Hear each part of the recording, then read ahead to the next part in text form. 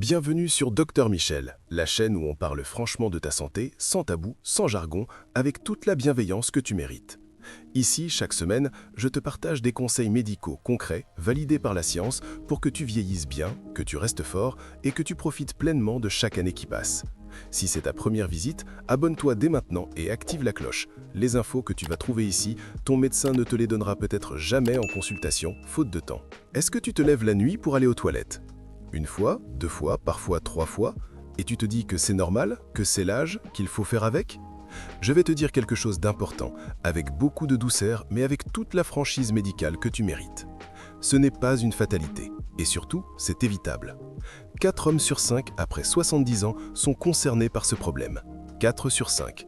Et pourtant, presque personne n'en parle, ni chez le médecin, ni entre amis, ni en famille. Aujourd'hui, on brise ce silence ensemble. Je suis le docteur Michel, médecin vulgarisateur spécialisé en prévention et longévité, et dans cette vidéo, je vais te donner 5 habitudes simples, naturelles, gratuites pour la plupart, pour protéger ta prostate. L'une d'elles va sincèrement te surprendre. Reste jusqu'au bout, la 5e habitude est celle que 9 hommes sur 10 négligent complètement, et c'est pourtant la plus puissante. Avant de te donner ces habitudes, parlons d'abord de ce qu'est vraiment la prostate, parce que beaucoup d'hommes n'en ont qu'une vague idée. C'est une petite glande, à peine la taille d'une noix, située juste sous la vessie. Elle entoure l'urètre, le canal par lequel tu urines. Son rôle principal, produire une partie du liquide séminal. Jusque-là, pas de problème. Mais voilà ce que personne ne te dit clairement. Après 50 ans, la prostate commence à grossir. Pas forcément de façon dangereuse au départ, mais ce grossissement, même bénin, peut littéralement gâcher ton quotidien. Ça s'appelle l'hyperplasie bénigne de la prostate. Et les chiffres sont sans appel. Plus de 50% des hommes entre 50 et 60 ans ont déjà des symptômes. Après 70 ans, on dépasse les 80%. Les conséquences concrètes ? Jet urinaire faible, sensation que la vessie ne se vide jamais complètement, difficulté à démarrer aux toilettes et ces fameux réveils nocturnes. 2, 3, parfois 4 fois par nuit. Résultat, un sommeil en miettes, une fatigue chronique, une qualité de vie qui s'effondre doucement. Et le pire, c'est que la majorité des hommes pensent que c'est inévitable, que ça fait partie du vieillissement, qu'il faut faire avec. C'est faux, complètement faux. La science est claire, il existe des habitudes simples pour prévenir tout ça, et c'est exactement ce qu'on va voir maintenant, ensemble. Habitude numéro 1 semble anodine, et pourtant, une étude sur 2000 hommes a montré qu'elle réduit les symptômes nocturnes de 41%. Le secret est dans le timing, pas la quantité. Habitude numéro 1, l'hydratation stratégique. Boire au bon moment change tout. Commençons par quelque chose que tu fais déjà chaque jour, boire de l'eau. Mais attention, ce n'est pas une question de quantité, c'est une question de timing. Voilà ce qui se passe chez beaucoup d'hommes de plus de 60 ans. Avec l'âge, la sensation de soif diminue. On passe des heures sans boire et quand on pense à s'hydrater, c'est souvent le soir, devant la télé. Résultat, une urine concentrée, acide, chargée de toxines. Ces toxines irritent la vessie, inflamme la prostate et provoque ces fameux réveils nocturnes que tu connais trop bien. La solution, c'est l'hydratation stratégique. Le principe est simple. Bois bien le matin et dans la journée. Réduis progressivement les liquides à partir de 18h-19h. Ce simple ajustement permet à ton corps d'éliminer les toxines pendant la journée, sans surcharger le système urinaire la nuit. Une étude publiée dans le Journal of Urology, menée sur plus de 2000 hommes de plus de 60 ans, a montré que cette stratégie réduisait les symptômes nocturnes de 41%. 41% pour un verre d'eau bu au bon moment. Ça ne coûte rien, ça se met en place en une journée et les effets se ressentent rapidement. Si tu trouves cette info utile, clique sur « J'aime » maintenant, ça m'aide vraiment à partager ces contenus plus largement. Habitude numéro 2, tu l'as fait peut-être déjà après les repas, mais probablement pas de la bonne façon ni à la bonne durée. Et pourtant, elle réduit de 35%. Habitude numéro 2, la marche après les repas. 1 minute 30. Celle-là, elle est simple, trop simple même, au point que la plupart des hommes la sous-estiment complètement. Marcher 15 minutes après le déjeuner et le dîner, c'est tout. Pas de salle de sport, pas d'équipement, même pas besoin de sortir. Le couloir de ton appartement suffit. Pourquoi ça marche ? Quand tu marches après avoir mangé, tu actives la circulation sanguine dans toute la région pelvienne. Plus de sang, plus d'oxygène, plus de nutriments arrivent directement à la prostate. Ça réduit l'inflammation locale, améliore l'oxygénation cellulaire et aide la glande à fonctionner normalement. Deuxième bénéfice, tu stabilises ta glycémie. Et c'est loin d'être anodin. Le diabète est un facteur de risque reconnu de l'hyperplasie bénigne de la prostate. En marchant après les repas, tu fais d'une pierre deux coups. Troisième bénéfice, tu luttes contre l'inflammation chronique. Un mode de vie sédentaire, surtout après les repas, augmente les marqueurs inflammatoires dans tout le corps. Le mouvement, même léger, les réduit. Une étude menée sur des hommes de plus de 65 ans a montré que ceux qui marchaient seulement 15 minutes après le déjeuner et le dîner avaient 35% moins de risque de développer des symptômes aggravés d'hyperplasie. 35% pour une balade digestive. Commence demain midi. Tu n'as aucune excuse et tu n'en as pas besoin.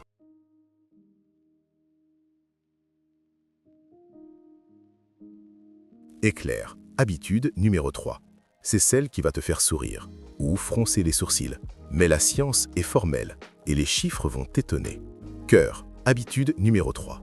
L'activité sexuelle régulière. Là, on entre dans le vif du sujet. Et je sais que certains vont sourire, d'autres froncer les sourcils. Mais je suis médecin. Je suis là pour t'informer avec honnêteté, avec respect et sans te choquer.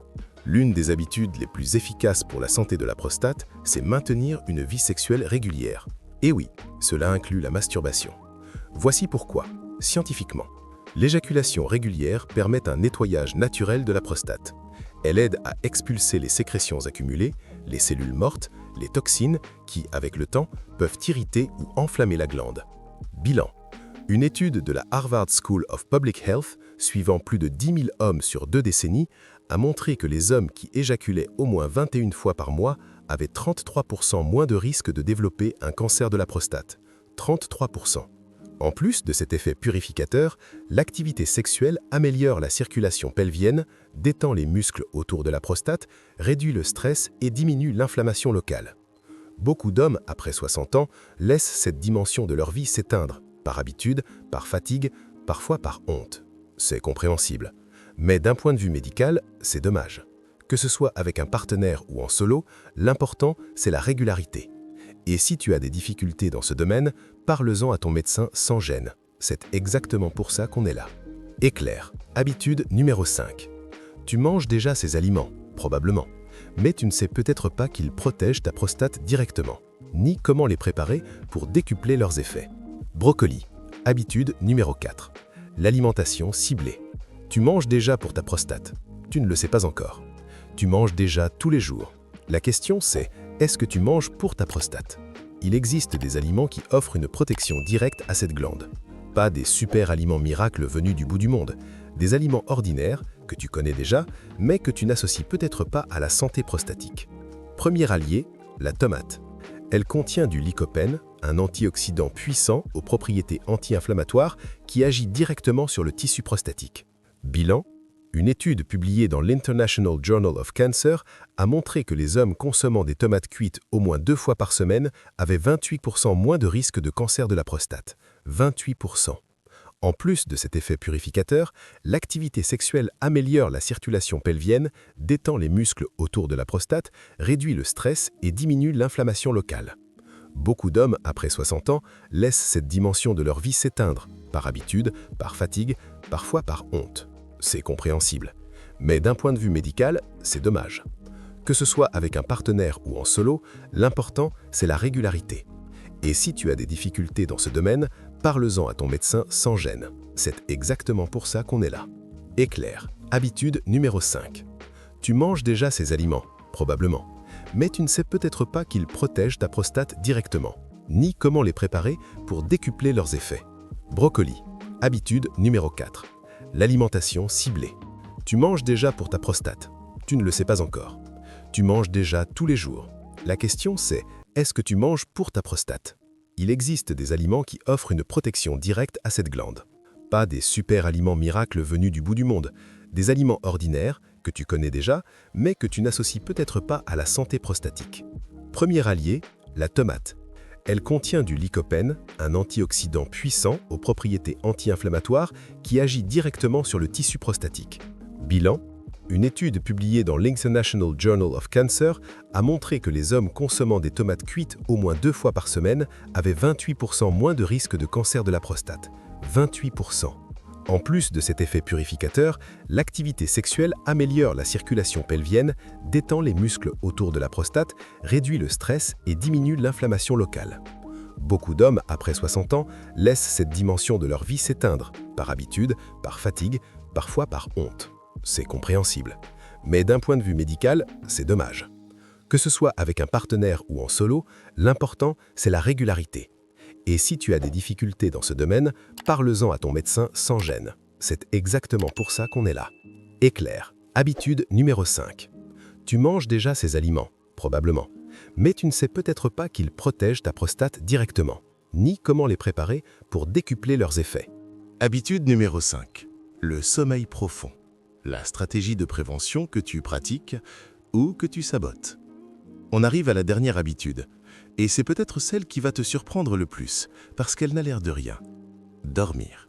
Vraiment dormir. Pendant le sommeil profond, le corps produit 2 hormones clés, la mélatonine et l'hormone de croissance. Ces 2 hormones ont des effets anti-inflammatoires directs et elles protègent le tissu prostatique. Quand le sommeil est insuffisant ou fragmenté, ces cycles s'effondrent, le stress augmente, la testostérone libre diminue et l'inflammation générale du corps s'emballe. Une étude publiée dans Cancer Epidemiology Biomarkers and Prevention, suivant plus de 2400 hommes sur près de 10 ans, a découvert que ceux souffrant de troubles du sommeil avaient 2 fois plus de risques de développer des formes agressives de cancer de la prostate. 2 fois. L'explication est simple. Sans sommeil réparateur, le corps ne peut pas réparer ses tissus correctement. La prostate reste exposée à l'inflammation sans jamais vraiment récupérer. Quelques gestes concrets pour améliorer ton sommeil profond. Couche-toi et lève-toi à la même heure chaque jour, même le week-end. Éteins les écrans au moins 30 minutes avant de dormir. Garde ta chambre sombre et fraîche. Évite l'alcool le soir, il fragmente le sommeil profond. Ce n'est pas un luxe, c'est une stratégie de prévention que tu pratiques chaque nuit ou que tu négliges chaque nuit. Récapitulatif, les 5 habitudes. Simples, naturelles, accessibles, gratuites pour la plupart. L'hydratation stratégique. Boire tôt dans la journée, réduire le soir. La marche après les repas, 15 minutes, c'est tout. L'activité sexuelle régulière, un nettoyage naturel validé scientifiquement. L'alimentation ciblée. Tomates cuites, zinc, crucifères. Le sommeil profond, la base de tout équilibre hormonal.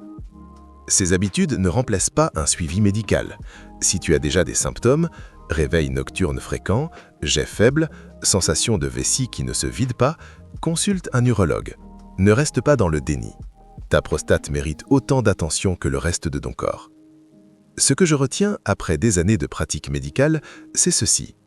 Les hommes qui vieillissent le mieux ne sont pas ceux qui ont la meilleure génétique. Ce sont ceux qui prennent soin d'eux avec des gestes simples, mais réguliers.